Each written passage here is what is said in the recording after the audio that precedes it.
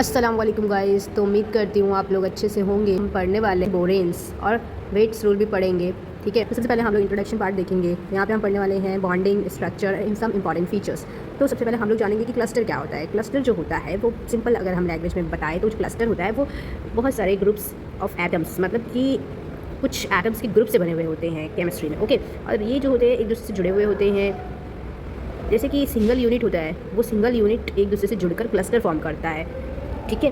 तो आप यूँ कह सकते हो कि these clusters are made up of several atoms bonded to each other, okay. एक दूसरे से जो वो मॉलिक्यूल यूनिट्स रहते हैं, जो यूनिट रहता है वो एक दूसरे से बॉन्ड फॉर्म किया रहता है। सो ये जो होता है ना, वो एक सिंपल मॉलिक्यूल जो होता है उससे बड़ा होता है, लेकिन जो बल्क सॉलिड होता है उससे छोटा होता है, ठीक है। बट ये याद रखना कि जो मॉलिक्यूल होता है वो क्लस्टर से छोटा होता है, ठीक है। तो जो क्लस्टर होता है वो मॉलिक्यूल और बल्क सॉलिड के बीच का होता है, अंडरस्टूड।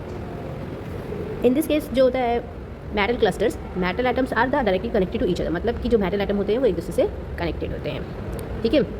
किस केस में? मेटल क्लस्टर के केस में। और क्या फॉर्म करते हैं? Metallic core.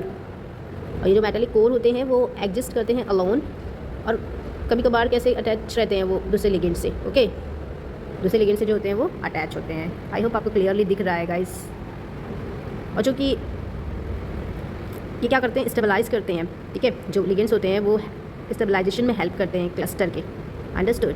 और आप अगर शॉर्ट में समझना चाहते हो तो इसके लिए भी मैंने आपको इजी वे में इधर पे बताई हूँ कि जो a cluster is a group of atoms bonded together that behaves like one unit. It is larger than a molecule but smaller than a solid.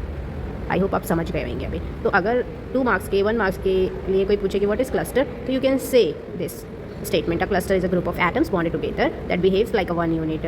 It is larger than a molecule but smaller than a solid.